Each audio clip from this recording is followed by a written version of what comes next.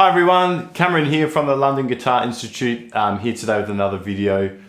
In today's video we're going to be talking about getting started in jazz guitar. First steps in learning jazz, especially for someone maybe coming from a rock or blues background. How do we make that switch over from being a rocker or a blues guy and getting into jazz? This is a topic that's quite common for a lot of people. A lot of students of mine, present and past, have come to me from that sort of background, wanting to kind of get into jazz. I think a lot of people hear about jazz guitar and hear the advanced kind of theory concepts and improvisation and just how much is involved, and there's a lot of interest that comes with jazz guitar and learning jazz music in general, and I would highly recommend it. Even in just a little bit, you can start to learn just to broaden your understanding of music in general and increasing your guitar skills, or you could get right into it and make that your main pursuit. Either way, I think definitely worth trying some, and we're going to get started on the basics today. So there are some concepts that will transfer over. It's not like starting again with learning a new instrument or having to start from scratch. There's definitely some concepts, I think, especially if you're coming from like a blues background especially, a lot of concepts will carry over.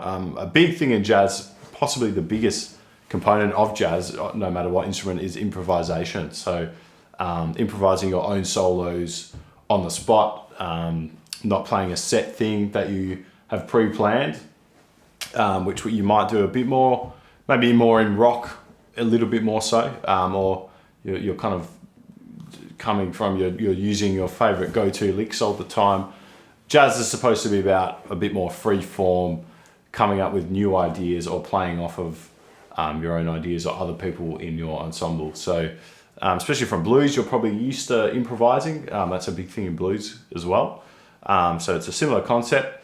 I think the main difference with jazz in general is going to be thinking a little bit more specifically about what you're playing over, playing to the particular chord that you're on, rather than maybe just a blanket scale. Like in a rock tune, you might just think, oh, E, this song's in the key E minor, I'm just going to shred E minor pentatonic for the whole solo, and think of more of a blanket approach for the whole thing rather than thinking chord by chord, which is a lot more of a jazz thing. So I think that's going to be a big shift, is more just so in the mindset of coming from rock or blues, getting in that jazz mindset, thinking chord by chord. A lot of the things we're going to talk about today are going to stem from one very important thing in music in general. Everyone should know this. You've probably tried this before, or at least heard of it, and that's the major scale. So the major scale is going to be the heart of a lot of things that we talk about today. So let's start with the major scale. We're going to do it in the key of G, 3rd fret on the low E strings, where we're going to play G. This is what it sounds like.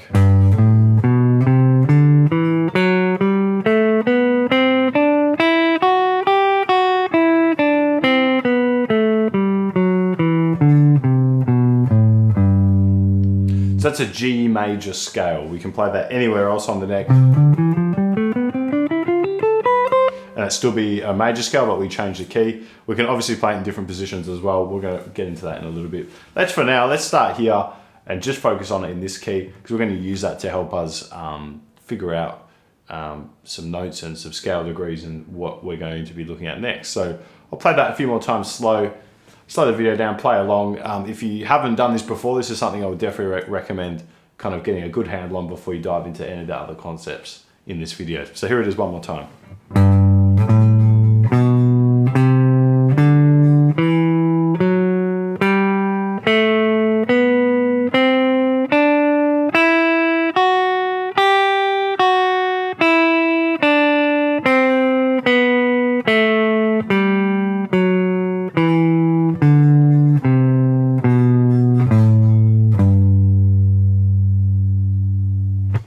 Okay, so once you think you've got a handle on the major scale, we can start to look at 3 other main components of jazz, which we're going to focus on today. So those 3 components are going to be chords. We're going to expand on our chord knowledge and look at some of the most common types of chords that are found in jazz standards or jazz tunes.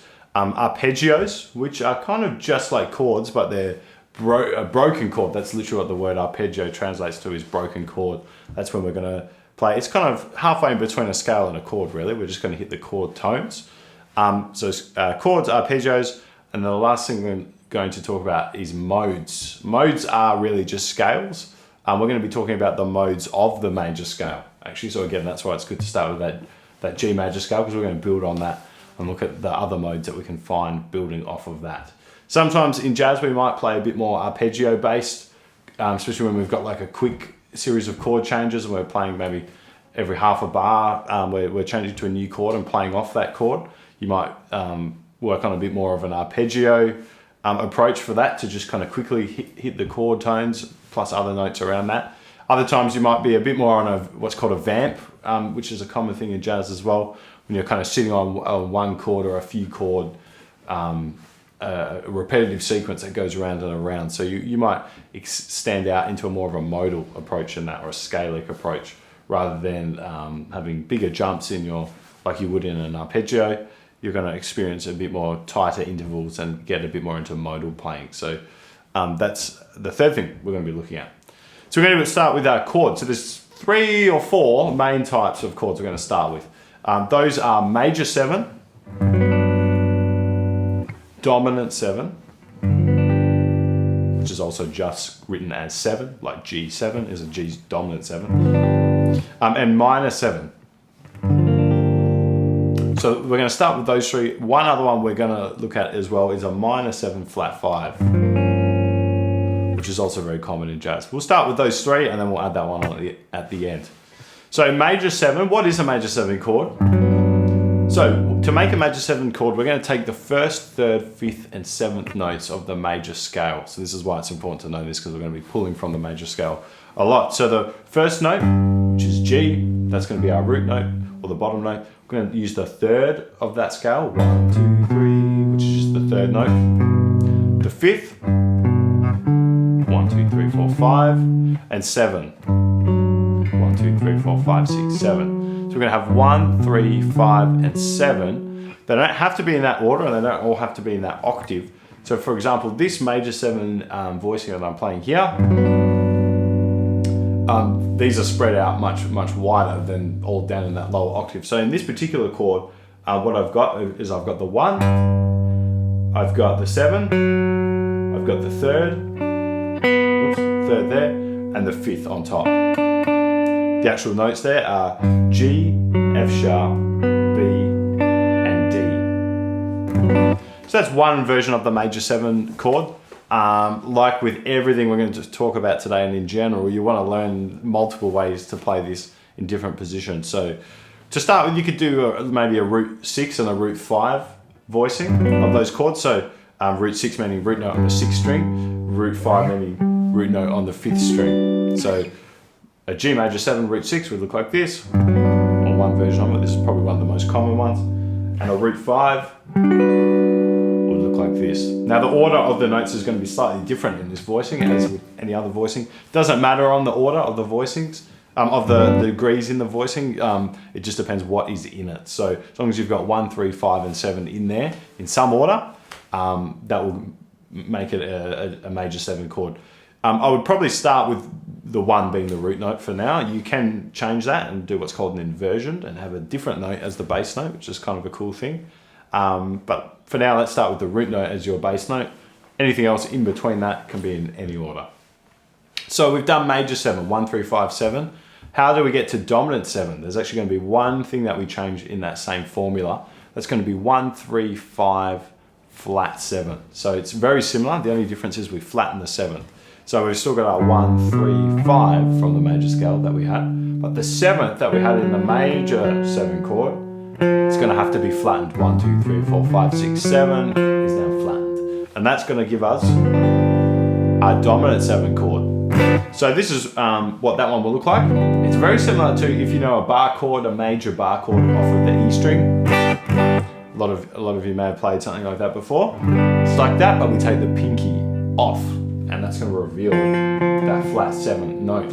So if I go through this voicing and call out the degrees, I've got 1, 5, flat 7, 3, 5, 1. So we've got double ups of a couple. That's fine as well. We can double up. It doesn't really matter how many of each note. It just can kind of depend on the position and the stringing that you're using really. Like that major 7, I wasn't actually using that A string at all, so the 5th didn't appear until the higher octave. But this one's going to be a bit different. We're going to double up on the 5, and we're going to double up on the tonic as well, the 1. So it's going to be a dominant 7, and again you can try that root 5 as well, which will be very similar to the major 7, but we're going to flatten that 7th by taking the middle finger off. That's a great way to actually visually see the difference as well. Okay, let's go on to our next type of chord, which is minor 7. This one is a good one to kind of come from dominant 7, because we're just going to change one note again from dominant 7. So just a reminder, dominant 7 was 1, 3, 5, flat 7. Minor 7 is going to be 1, flat 3, 5, flat 7. So the only difference is we're flattening the 3rd, which is how we get a minor chord anyway. So, if I just run through those notes separate, 1, flat 3, 5, flat 7. So we have our dominant 7 here. Now the 3rd of the chord is actually the note on the G string in this particular voicing. So we just flatten that by taking it off to reveal the note behind that's being barred. And that's going to give us a minor 7 chord now. So if I call out the degrees, it's going to be actually the same as the dominant 7 in terms of the degrees, but the only difference is the 3rd is now flattened. So it's 1, 5, flat 7, flat 3, 5, 1. Root 5. We're kind of similar again to how we had the dominant 7. This time the 3rd's on the B string in this voicing. So if we flatten that note, we can use our middle finger to play that one. That becomes a minor 7 voicing.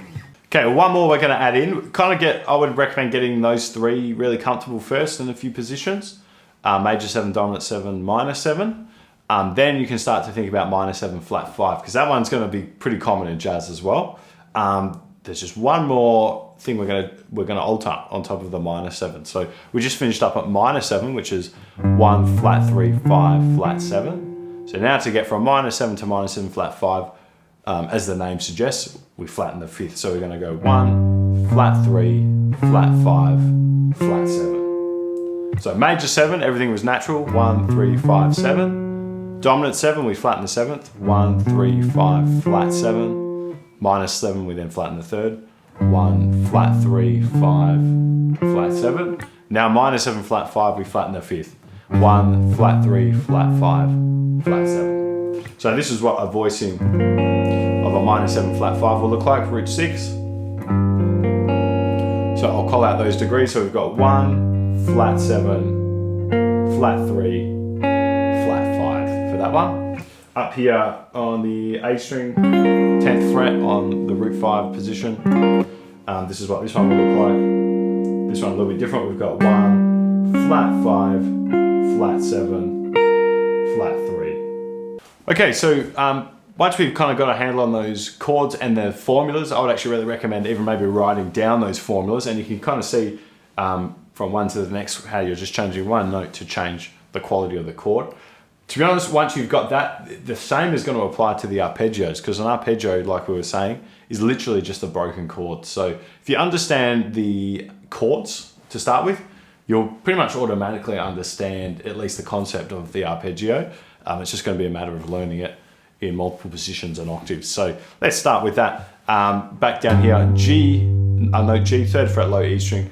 We're going to start with our major 7 arpeggio. So like the major 7 chord, we're going to use 1, 3, 5, 7.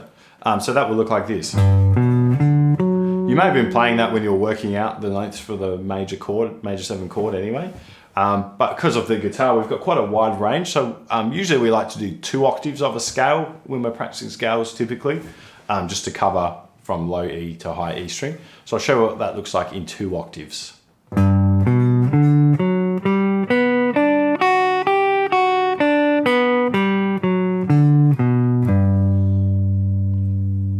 So it's literally just like the major scale that we played earlier, but we're taking out the 2nd degree, the 4th degree, and the 6th degree. So now we've just got 1, 3, 5, 7 left. Again, I'd recommend maybe doing that in a few positions. If you're going to do it root 5, you might not get all the way to the the end of the second octave. You could extend past that position if you want.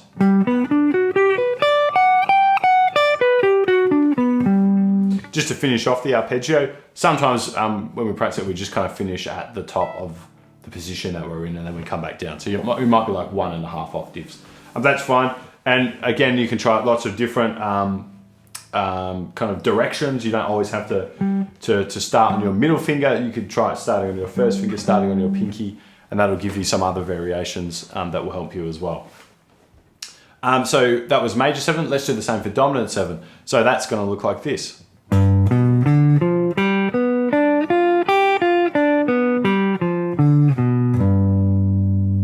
So the only difference is we're now flattening the 7th. Sometimes that might change where you play the 7th. For example,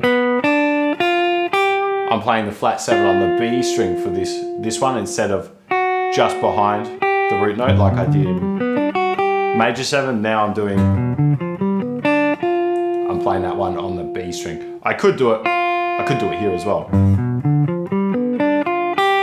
but I find it a little bit easier to reach up with the pinky. So that's totally up to you. And then you can do the same thing, root 5.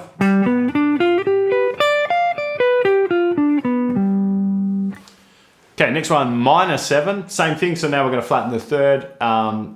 That may just change the way we kind of finger things a little bit, but you can adjust and find a way that works for you. This is what minor 7 will look like.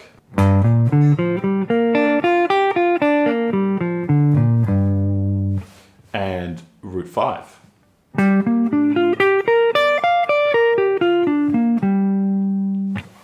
So the last one, we'll just do the same as we did with the chords. We're going to start with those 3, major 7, dominant 7, minor 7. Once you've got a handle on those, you can try minor 7, flat 5.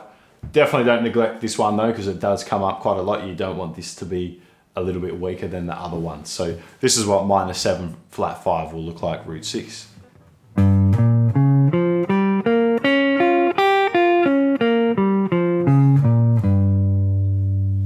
And root 5.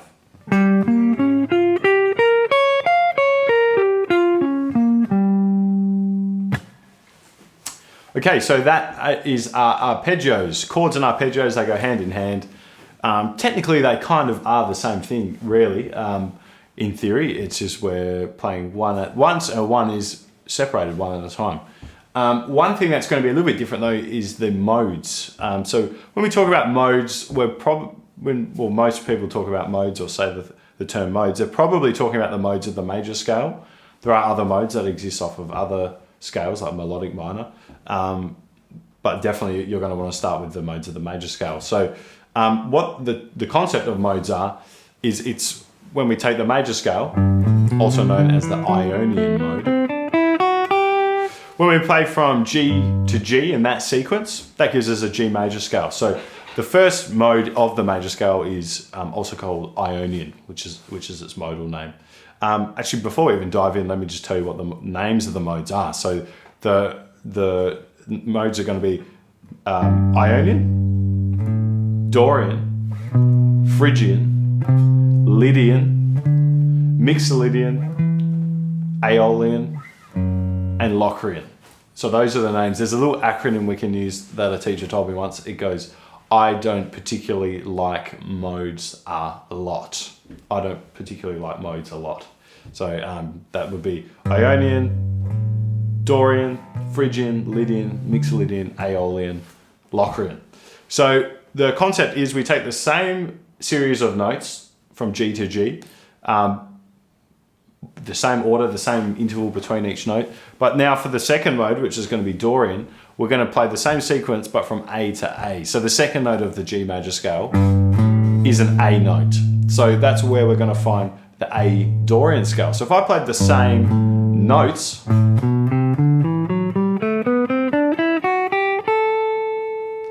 A to A, that would actually be an A Dorian scale. Same notes as G Ionian or G major, but depending on the context we play it in, it's going to sound much different. It's going to have its own flavor. So if I played this over a minor 7 chord,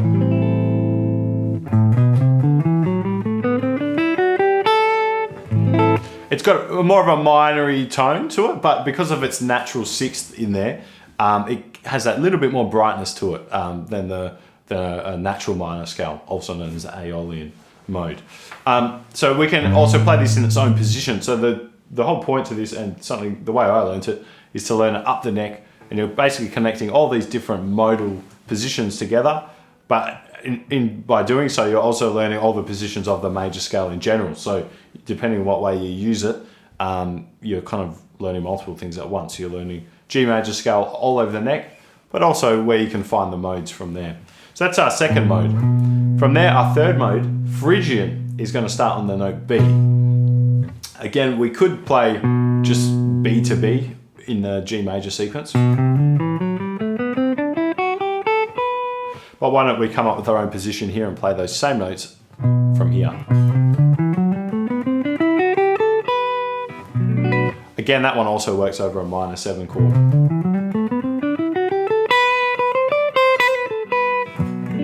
That's got a cool minor, almost Egyptian-y sort of sound to it, and is a really cool sound, very recognizable as well. And the fourth mode is going to be the Lydian mode, which is going to start on the note C. So we could play C to C in G major scale. Or we could play it here in its own position, which is actually the same position as the Phrygian. We're just going to start on C instead of B. Now that's very similar to the major scale. The only difference is we've got a sharpened fourth. 1, 2, 3, 4.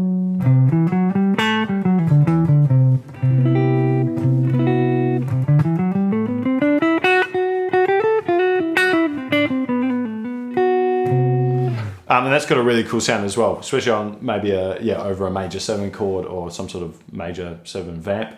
Is really cool. Next one, Mixolydian. This is a real bluesy kind of sounding one. Can be used in blues. This one likes to live on a dominant 7 chord and will sound like this.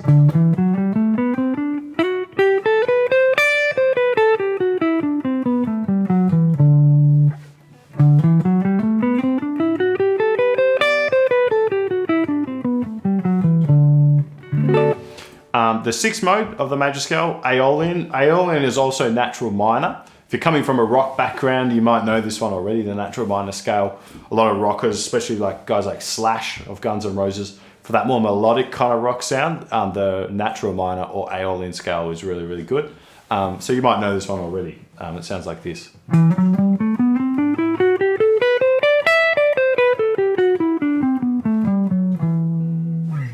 Now, the last mode of the major scale we're going to look at is one that kind of everyone knows is the one that gets used the least. That's the Locrian scale. So that one is you can kind of think of it as the major scale just starting from the 7. So in the case of G major scale, we just start from the 7th note, which is F sharp.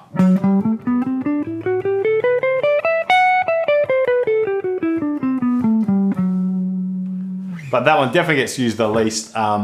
And you can kind of think, yeah, just major scale, but starting from the 7th. So yeah, but it's definitely worth knowing because it definitely comes up from time to time and you want to know all the modes, not just most of them. So once we've learned all those components to get us started in jazz, that's our chords, our arpeggios and our modes of the major scale. That's going to really equip us to start being able to play over some simple standards like Autumn Leaves or All the Things You Are. Another great one to try is So What by Miles Davis. That one's a bit more of a modal one because it's kind of, like we were saying, vamping on one little chord progression.